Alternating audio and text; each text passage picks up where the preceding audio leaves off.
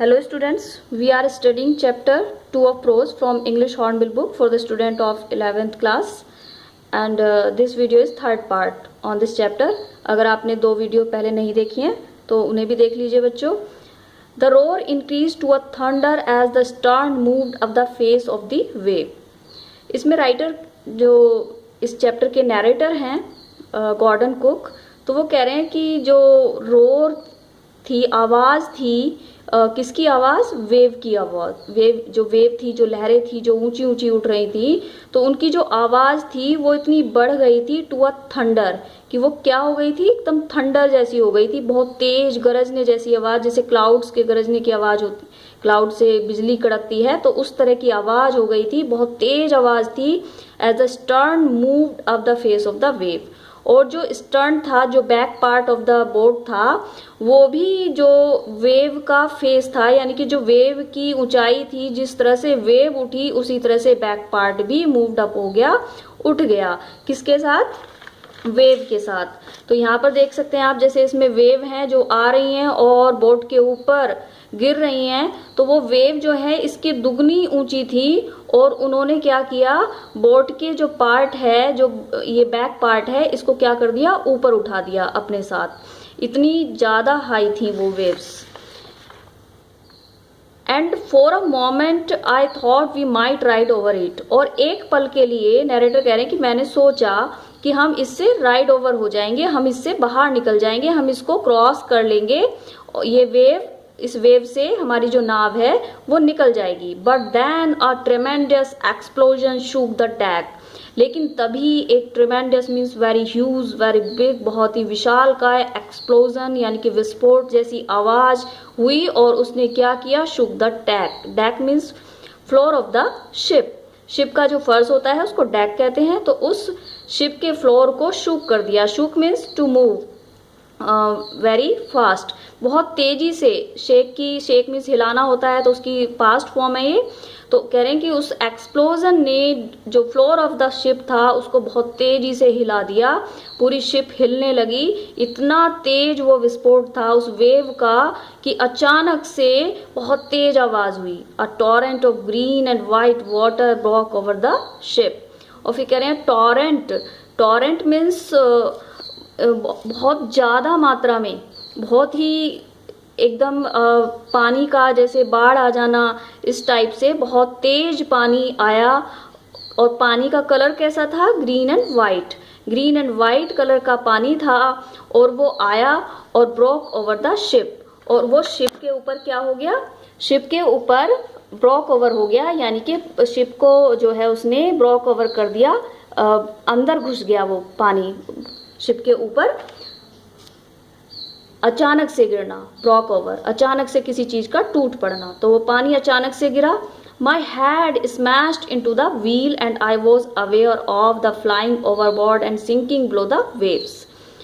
कह रहे राइटर कि जब वो टॉरेंट आया, एक फास्ट मूविंग जो स्ट्रीम थी वाटर की, जब वो आई और वो शिप के अंदर जब पानी घुस गया, तो माई हैड स्मैश्ड, क्योंकि जब पानी बहुत तेज गति से आता है तो बहुत ज़्यादा उसने नाव को हिला दिया था. तो राइटर का भी बैलेंस बहुत ज़्यादा कंट्रोल नहीं रहा था अपने ऊपर, और वो कह रहे हैं मेरा जो हेड है वो स्मैश्ड हो गया, वो शैटर्ड हो गया, वो एकदम से वायलेंटली ब्रोकन होना, किसी चीज़ का टूटना. और यहाँ पे क्या हुआ था? राइटर का जो हेड था वो टकरा गया था व्हील से. व्हील क्या होता है? जो स्टीयरिंग है शिप का, उसको व्हील कहा है यहाँ पर. तो उस व्हील से, उस स्टीयरिंग से टकरा गया. And I was aware of the flying overboard.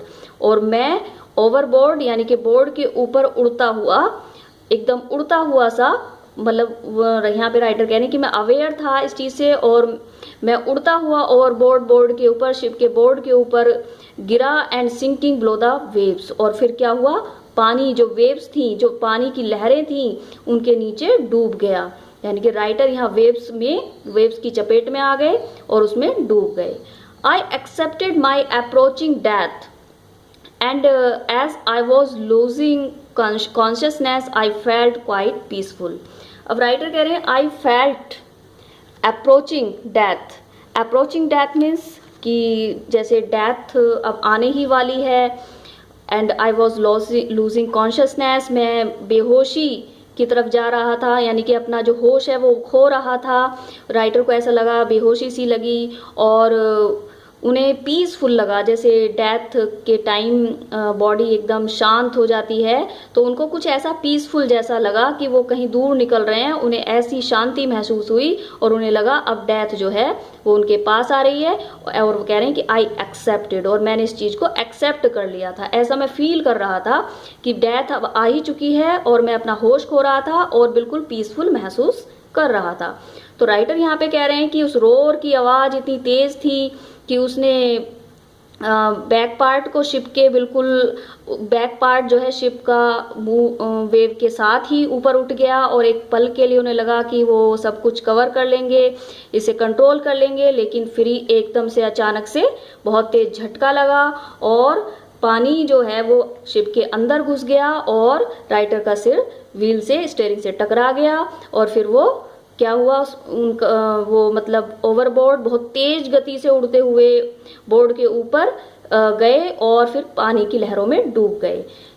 It is very critical situation for the writer, कि यहाँ पर राइटर ने लेकिन करेज नहीं खोया, फिर भी उन्हें लग रहा था कि एक बार को कि वो अब नहीं बचेंगे।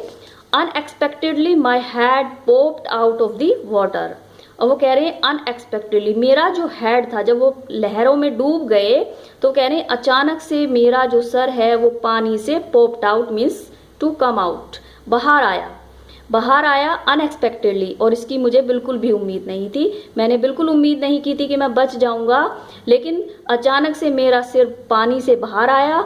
अ फ्यू मीटर्स अवे, और कुछ मीटर की दूरी पर wave walker was near capsizing, जो वेव वॉकर थी, बोट थी, यानी कि जो राइटर हैं वो बोट से अलग डूब गए थे पानी में, लेकिन वो एक होप थी कि पानी से बाहर उनका सर आया और उन्हें अपनी वेव वॉकर दिखी। और कैप्साइजिंग का मीन्स होता है to be overturn in the water, यानी कि पानी में कुछ चीज को पकड़ना। तो वेव वॉकर जो है नियर ही, पास में ही, वो लगभग क्या कर रही थी, पानी में डूबती सी नजर आ रही थी, उन्हें पास में ही थी, और बोट भी उन्हें पानी में डूबती सी नजर आ रही थी। हर मास्ट ऑलमोस्ट हॉरिजॉन्टल, और उसका जो मास्ट था, यानी कि वेव का जो मास्ट था, मास्ट जो होता है वो मस्तूल होता है, जो एक पोल होता है, ये बोट के को बैलेंस किसी खतरे से बचाने के लिए लगा होता है, कि अगर मास्ट ही डूब जाए पानी में तो बोट का बचना बहुत मुश्किल होता है। तो अब ये जो मास्ट है ये भी क्या हो रहा था, हॉरिजेंटल हो गया था। हॉरिजेंटल का मीन्स ये जो सी लेवल है, इस सी लेवल पर वो आ गया था पलट के, कि नाव जो है बिल्कुल कैप्साइजिंग हो गई थी, वाटर में एकदम टर्न हो गई थी, बिल्कुल पलटने जैसा सीन था। और बिल्कुल जो सी लेवल है, हॉरिजेंटल जो सी का जो सरफेस है, उस सरफेस तक वो मास्ट जो है वो टच कर गया था। तो अब राइटर कह रहे हैं कि जब मास्ट ही टच कर गया था, हॉरिजेंटल हो गया था, बिल्कुल एकदम सरफेस तक आ गया था, तो अब राइटर कह रहे हैं then a wave hurled her upright, my life line jerked out. तभी एक वेव आई, हर्ड हर मीन्स यानी कि उसको एक झटका दिया, throw with a great force, बहुत ही तेज धक्का दिया, अपराइट, और नाव जो है वो क्या हो गई, सीधी हो गई अचानक से। और वास्तव में ये it was very lucky for the writer, कि वो जो वेव थी वो बहुत ही लकी थी राइटर के लिए, कि उसकी अगर वो वेव धक्का न देती तो जो नाव है वो सीधी ना होती। और वो कह रहे हैं माई लाइफ लाइन जग्ड आउट, और मेरी जो लाइफ लाइन थी जो मैंने पहनी हुई थी वो अचानक से जग्ड आउट हो गई। इट मीन्स वो स्ट्रेच हो गई और बहुत ही टाइट हो गई। I grabbed the guard rails and sailed through the air into wave walker's main boom. और I grabbed, फिर मैंने कस के पकड़ लिया गार्ड रेल्स को, जो बोट की गार्ड रेल्स थी, जो सुरक्षा वाली पटरी थी, उसको मैंने पकड़ लिया, वो हाथ आ गई। And sailed through the air, और फिर मैंने यात्रा की, इट मीन्स समुद्र में वो आगे बढ़े, थ्रू द एयर, हवा के माध्यम से, into wave walkers main boom. Wave walker का जो मेन बूम था, बूम क्या होता है, एक पोल होता है जो कि कंट्रोल करता है शिप का जो सेल होता है, जो पर्दा होता है, उसको कंट्रोल करने के लिए एक पोल लगाया जाता है, उसी को बूम कहते हैं। तो राइटर के वो पोल हाथ आ गया और उन्होंने नाव को पकड़ लिया। Subsequent waves tossed me around the deck like a rag doll. अब यहाँ पे रैग डॉल क्या है? एक डॉल जो कि बहुत फटे पुरानी सी दिखती है और जो हवा से इधर उधर लुढ़क के और उसकी हालत खराब हो जाती है। तो राइटर अपनी तुलना उस रैग डॉल से कर रहे हैं। वो कह रहे हैं सब्सिक्वेंट वेव्स, और आखिरकार वेव्स ने टूज्ड मी, मुझे उछाला। Tossed means to turn to and fro, इधर उधर फेंकना। अराउंड द डेक, और फर्श के फ्लोर पर इधर उधर, एक रैग डॉल की तरह, एक फटे हुए कपड़े पहने हुए जैसे गुड़िया होती है कोई, उस गुड़िया की तरह मुझे इधर उधर पलट दिया उन वेव्स ने। My left ribs cracked. अब राइटर यहाँ पे कह रहे हैं कि जब उन वेव्स ने राइटर को इधर उधर पलटा तो उनको क्या क्या इंजरीज आई, क्या क्या उनको चोट लगी। वो कह रहे हैं कि उनकी जो लेफ्ट रिब्स थी, जो पसली थी, बाई पसली, वो क्या हो गई थी? क्रैक हो गई थी, वो टूट गई थी। My mouth filled with blood, मेरा मुंह ब्लड से भर गया था, मुंह में खून ही खून था। एंड ब्रोकन टीथ, और दांत भी टूट गए थे। Writer faced many troubles somehow, और किसी तरह से, I found the wheel lined up the stern for the next wave and hung on.